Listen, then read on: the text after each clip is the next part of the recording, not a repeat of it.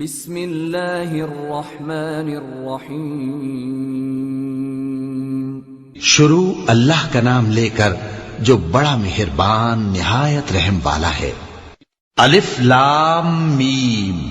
کیا لوگ یہ خیال کیے ہوئے ہیں کہ صرف یہ کہنے سے کہ ہم ایمان لے آئے چھوڑ دیے جائیں گے اور ان کی آزمائش نہیں کی جائے گی؟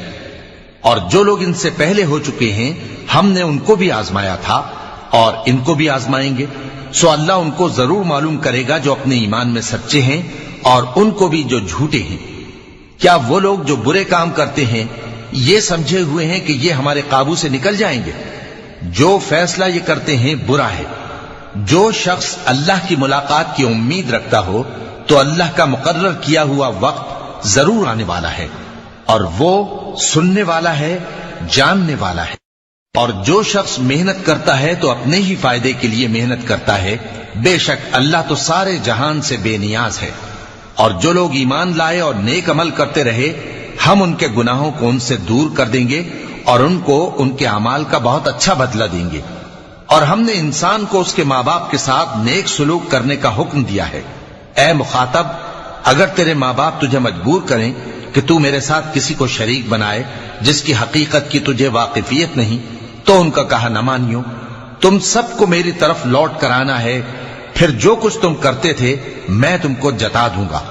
اور جو لوگ ایمان لائے اور نیک عمل کرتے رہے ان کو ہم نیک لوگوں میں داخل کریں گے۔ اور بعض لوگ ایسے ہیں جو کہتے ہیں کہ ہم اللہ پر ایمان لائے، پھر جب ان کو اللہ کے راستے میں کوئی ایذا پہنچتی ہے تو لوگوں کے ایذا پہنچانے کو یوں سمجھتے ہیں جیسے اللہ کا عذاب۔ اور اگر تمہارے پروردگار کی طرف سے مدد پہنچے تو کہتے ہیں کہ ہم تو تمہارے ساتھ تھے۔ کیا جو اہل عالم کے سینوں میں ہے اللہ اس سے واقف نہیں؟ اور اللہ ان کو ضرور معلوم کرے گا جو سچے مومن ہیں، اور وہ منافقوں کو بھی معلوم کر کے رہے گا۔ اور جو کافر ہیں وہ مومنوں سے کہتے ہیں کہ ہمارے طریقے پر چلو اور ہم تمہارے گناہ اٹھا لیں گے، حالانکہ وہ ان کے گناہوں کا کچھ بھی بوجھ اٹھانے والے نہیں۔ کچھ شک نہیں کہ یہ جھوٹے ہیں، اور یہ اپنے بوجھ بھی اٹھائیں گے اور اپنے بوجھوں کے ساتھ اور لوگوں کے بوجھ بھی۔ اور جو جھوٹ یہ لوگ گھڑتے رہے قیامت کے دن ان کی ان سے ضرور پرسش ہوگی۔ اور ہم نے نوح کو ان کی قوم کی طرف بھیجا تو وہ ان میں 50 برس کم 1000 برس رہے۔ پھر ان لوگوں کو طوفان کے عذاب نے آ پکڑا اور وہ ظالم تھے۔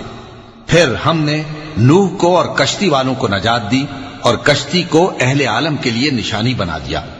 اور ابراہیم کو یاد کرو جب انہوں نے اپنی قوم سے کہا کہ اللہ کی عبادت کرو اور اس سے ڈرو، اگر تم سمجھ رکھتے ہو تو یہ تمہارے حق میں بہتر ہے۔ تم تو اللہ کو چھوڑ کر بتوں کو پوجتے اور جھوٹی باتیں بناتے ہو۔ جن لوگوں کو تم اللہ کے سوا پوجتے ہو وہ تم کو رزق دینے کا اختیار نہیں رکھتے، بس اللہ ہی کے ہاں سے رزق طلب کرو اور اسی کی عبادت کرو اور اسی کا شکر کرو، اسی کی طرف تم لوٹ کر جاؤ گے۔ اور اگر تم جھٹلاتے ہو تو تم سے پہلے بھی امتیں اپنے پیغمبروں کی تکذیب کر چکی ہیں، اور پیغمبر کے ذمے کھول کر سنا دینے کے سوا اور کچھ نہیں۔ کیا انہوں نے نہیں دیکھا کہ اللہ کس طرح خلقت کو پہلی بار پیدا کرتا ہے پھر کس طرح اس کو دوبارہ پیدا کرے گا؟ یہ اللہ کو آسان ہے۔ کہہ دو کہ ملک میں چلو پھرو اور دیکھو کہ اس نے کس طرح خلقت کو پہلی دفعہ پیدا کیا ہے، پھر اللہ ہی دوسری بار بھی پیدا کرے گا۔ بے شک اللہ ہر چیز پر قادر ہے۔ وہ جسے چاہے عذاب دے اور جس پر چاہے رحم کرے، اور اسی کی طرف تم لوٹائے جاؤ گے۔ اور تم اس کو نہ زمین میں عاجز کر سکتے ہو نہ آسمان میں، اور نہ اللہ کے سوا تمہارا کوئی دوست ہے اور نہ مددگار۔ اور جن لوگوں نے اللہ کی آیتوں سے اور اس کے سامنے حاضر ہونے سے انکار کیا وہ میری رحمت سے نا امید ہو گئے ہیں، اور ان کو درد دینے والا عذاب ہوگا۔ تو ان کی قوم کے لوگ جواب میں بولے تو یہ بولے کہ اسے مار ڈالو یا جلا دو، مگر اللہ نے ان کو آگ میں جلنے سے بچا لیا۔ جو لوگ ایمان رکھتے ہیں ان کے لیے اس میں نشانیاں ہیں۔ اور ابراہیم نے کہا کہ تم جو اللہ کو چھوڑ کر بتوں کو لے بیٹھے ہو تو دنیا کی زندگی میں باہم دوستی کے لیے، مگر پھر قیامت کے دن ایک دوسرے کی دوستی سے انکار کر دو گے اور ایک دوسرے پر لعنت بھیجو گے، اور تمہارا ٹھکانہ دوزخ ہوگا اور کوئی تمہارا مددگار نہ ہوگا۔ پس ان پر ایک لوط ایمان لائے اور ابراہیم کہنے لگے کہ میں اپنے پروردگار کی طرف ہجرت کرنے والا ہوں، بے شک وہ غالب ہے، حکمت والا ہے۔ اور ہم نے ان کو اسحاق اور یعقوب بخشے اور انہی کی اولاد میں پیغمبری اور کتاب رکھ دی، اور ان کو دنیا میں بھی ان کا صلہ عنایت کیا، اور وہ آخرت میں بھی نیک لوگوں میں ہوں گے۔ اور لوط کو یاد کرو جب انہوں نے اپنی قوم سے کہا کہ تم عجب بے حیائی کے مرتکب ہوتے ہو، تم سے پہلے اہل عالم میں سے کسی نے ایسا کام نہیں کیا، کیا تم مردوں کی طرف مائل ہوتے اور رہزنی کرتے ہو اور اپنی مجلسوں میں ناپسندیدہ کام کرتے ہو؟ تو ان کی قوم کے لوگ جواب میں بولے تو یہ بولے کہ اگر تم سچے ہو تو ہم پر عذاب لے آؤ۔ لوط نے کہا کہ اے میرے پروردگار، ان مفسد لوگوں کے مقابلے میں مجھے نصرت عنایت فرما۔ اور جب ہمارے فرشتے ابراہیم کے پاس خوشی کی خبر لے کر آئے تو کہنے لگے کہ ہم اس بستی کے لوگوں کو ہلاک کر دینے والے ہیں کہ یہاں کے رہنے والے نافرمان ہیں۔ ابراہیم نے کہا کہ اس میں تو لوط بھی ہیں۔ وہ کہنے لگے کہ جو لوگ یہاں رہتے ہیں ہمیں سب معلوم ہیں، ہم ان کو اور ان کے گھر والوں کو بچا لیں گے بجز ان کی بیوی کے کہ وہ پیچھے رہنے والوں میں ہوگی۔ اور جب ہمارے فرشتے لوط کے پاس آئے تو وہ ان کی وجہ سے ناخوش اور تنگ دل ہوئے۔ فرشتوں نے کہا کچھ خوف نہ کیجیے اور نہ رنج کیجیے، ہم آپ کو اور آپ کے گھر والوں کو بچا لیں گے مگر آپ کی بیوی کے پیچھے رہنے والوں میں ہوگی۔ ہم اس بستی کے رہنے والوں پر اس سبب سے کہ یہ بد کرداری کرتے رہے ہیں آسمان سے عذاب نازل کرنے والے ہیں، اور ہم نے سمجھنے والے لوگوں کے لیے اس بستی کی ایک کھلی نشانی چھوڑ دی۔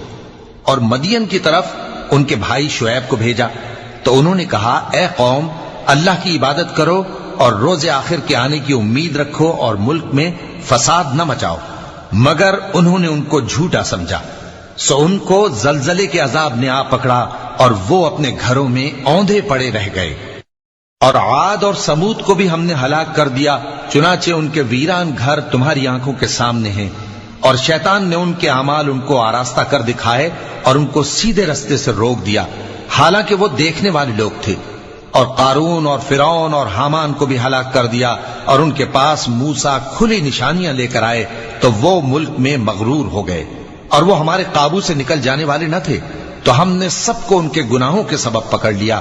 سو ان میں کچھ تو ایسے تھے جن پر ہم نے پتھروں کا مے برسایا، اور کچھ ایسے تھے جن کو چنگھاڑ نے آ پکڑا، اور کچھ ایسے تھے جن کو ہم نے زمین میں دھسا دیا، اور کچھ ایسے تھے جن کو غرق کر دیا۔ اور اللہ ایسا نہ تھا کہ ان پر ظلم کرتا، لیکن وہی اپنے آپ پر ظلم کرتے تھے۔ جن لوگوں نے اللہ کے سوا اوروں کو کارساز بنا رکھا ہے، ان کی مثال مکڑی کی سی ہے کہ وہ بھی ایک طرح کا گھر بناتی ہے، اور کچھ شک نہیں کہ تمام گھروں سے کمزور مکڑی کا گھر ہے۔ کاش یہ اس بات کو جانتے۔